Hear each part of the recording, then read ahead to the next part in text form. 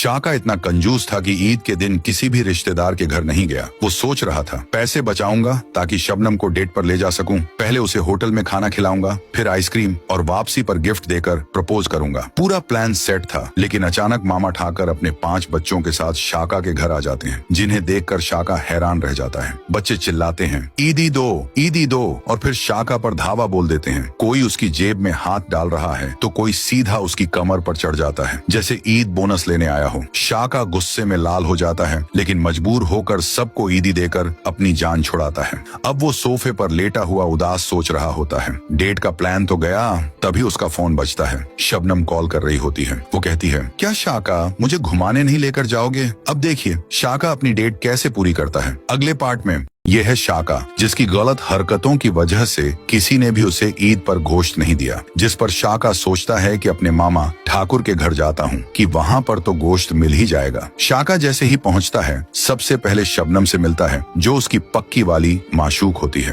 फिर अपने मामा ठाकुर से मिलता है। पहला दिन तो शाका को खाने में गोश्त, कबाब, बिरयानी सब कुछ मिलता है, जिस पर शाका कहता है असली ईद तो यहाँ पर है। लेकिन दूसरी तरफ मामा ठाकुर उसको भगाने का प्लान बनाता है और गोश्त में इतना मसाला डालता है कि गोश्त खाने के बाद शाका को गुलाब लग जाता है, जिस पर शाका की पूरी ईद बाथरूम में गुजरती है। जब मामा ठाकुर शाका को फिर से गोश्त ऑफर करता है तो शाका फौरन वहाँ से भाग जाता है और कहता है मुझे घर जाना है। माशूक है, हर वक्त उसी के ख्यालों में खोया रहता है और रोज उसे प्रपोज करने के नए नए प्लान बनाता है। एक दिन आखिरकार शाका ने हिम्मत जुटाकर एक लव लेटर लिख ही लिया, लेकिन जब बात आई उस लेटर को देने की तो उसकी हिम्मत जवाब दे गई। इसलिए उसने अपने सीधे साधे दोस्त गुजर के हाथों वो लेटर शबनम तक पहुंचाने का प्लान बनाया। गुजर तो मान गया, लेकिन उसे ये नहीं पता था कि शबनम दिखती कैसी है। जब गुजर शबनम के घर के पास पहुंचा तो उसने बाहर खड़ी एक खूबसूरत लड़की को देखा, जो असल में शबनम की माँ शबाना थी। गुजर बिना कुछ सोचे समझे वो लेटर शबाना को पकड़ा देता है। लेटर पढ़कर शबाना गुस्से से लाल हो जाती है और आग बबूला होकर सीधा शाका के घर पहुंचती है। उधर शाका तो ये सोचकर खुश हो रहा होता है कि आज तो शबनम सेट हो ही जाएगी, और सामने शबाना को खड़ा देखता है उसके होश उड़ जाते हैं। शबाना उसकी जमकर धुनाई करती है और सख्त लहजे में उसे शबनम से दूर रहने की चेतावनी देकर चली जाती है। अब सवाल ये है, क्या शाका अब भी शबनम को प्रपोज करने का सोचेगा या शबाना के डंडे ने उसका प्यार ठंडा कर दिया? सुबह का वक्त था और शाका खेतों में काम कर रहा था। अर्ची उसकी नजर एक जख्मी और थके हुए आदमी पर पड़ी, जो कोने में चुपचाप बैठा था। वो बस शाका को देख रहा था, जैसे वो उसे जानता हो। शाका ने उसे उठाया और अपने घर ले आया। शबनम ने उसे पानी दिया और दोनों ने मिलकर उसका ख्याल रखा। कुछ दिनों बाद वो आदमी पूरी तरह ठीक हो गया, लेकिन उस दिन कुछ अजीब हुआ। जब शाका उसके पास बैठा था तो उस आदमी ने एक तस्वीर शाका को दिखाई। शाका ने वो तस्वीर देखी तो उसके होश उड़ गए। उस तस्वीर में एक छोटा सा बच्चा अपनी माँ की गोद में मुस्कुरा रहा था। वो खुद था शाका अपने बचपन में। उसकी आंखों में आंसू आ गए। यह फोटो मेरे पास कभी नहीं थी, उसने कहा। मगर वो आदमी चुप था, जैसे वो सब कुछ जानता हो। क्या वो सिर्फ एक आम आदमी था या उसके बीते हुए समय का कोई राज?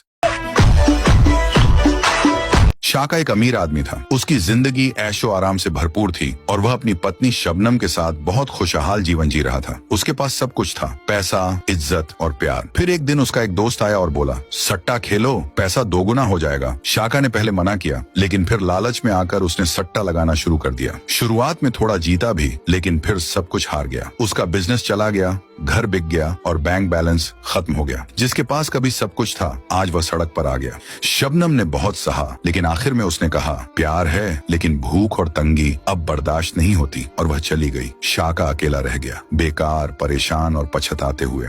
रात का समय था। शाका सो रहा था और एक खूबसूरत सपना देख रहा था। उसने देखा कि वह शबनम को एक शानदार होटल में ले गया। दोनों ने मिलकर डिनर किया, चॉकलेट शेक और पास्ता ऑर्डर किया। शबनम मुस्कुरा रही थी और शाका बस उसकी आंखों में खो गया था। डिनर के बाद दोनों पार्क गए। ठंडी हवा चल रही थी, चांदनी चमक रही थी और रास्ता फूलों से भरा हुआ था। शाका ने शबनम का हाथ पकड़ा, उसके सामने घुटनों पर बैठा और एक छोटी सी अंगूठी निकाल कर कहा, शबनम क्या तुम मेरी जिंदगी बनोगी? शबनम ने मुस्कुराते हुए हाँ कह दिया और तभी शाका की नींद खुल गई, लेकिन उसके चेहरे पर एक खुश मुस्कान थी। क्या ये सपना एक दिन सच होगा? रात का वक्त था और शाका, एक मजबूत और जिम्मेदार सेना अधिकारी, अपने कमांड बेस में तैनात था। तभी अचानक दुश्मन देश ने शाका के मुल्क के स्थानीय आम इलाकों पर हमला कर दिया। स्कूल, बाजार और रिहायशी इमारतें, हर जगह सिर्फ आग, धुआं और चीखें थीं। हमले के वक्त देश का डिफेंस सिस्टम भी ठप हो गया था। मिसाइल ट्रैकिंग फेल हो गई थी, लेकिन शाका ने गुस्से और होशियारी के साथ नियंत्रण संभाला और कुछ घंटों की कड़ी मेहनत के बाद सिस्टम को फिर से चालू किया। तभी एक सिक्योर कॉल आई। ऊपरी अधिकारी का आदेश था, जवाबी हमला करो, अब दुश्मन को उसका जवाब दो। शाका ने मिसाइल सिस्टम को एक्टिवेट किया, लॉन्च बटन दबाया और कुछ ही पलों में दुश्मन को भारी नुकसान हुआ। मीडिया ने शाका को हीरो बताया और पूरा देश उसके साहस को सलाम करता है। प्रेस कॉन्फ्रेंस में शाका ने कहा, हमने ये जवाब सिर्फ इसलिए दिया क्योंकि हमारे मुल्क के अमन को तोड़ा गया था।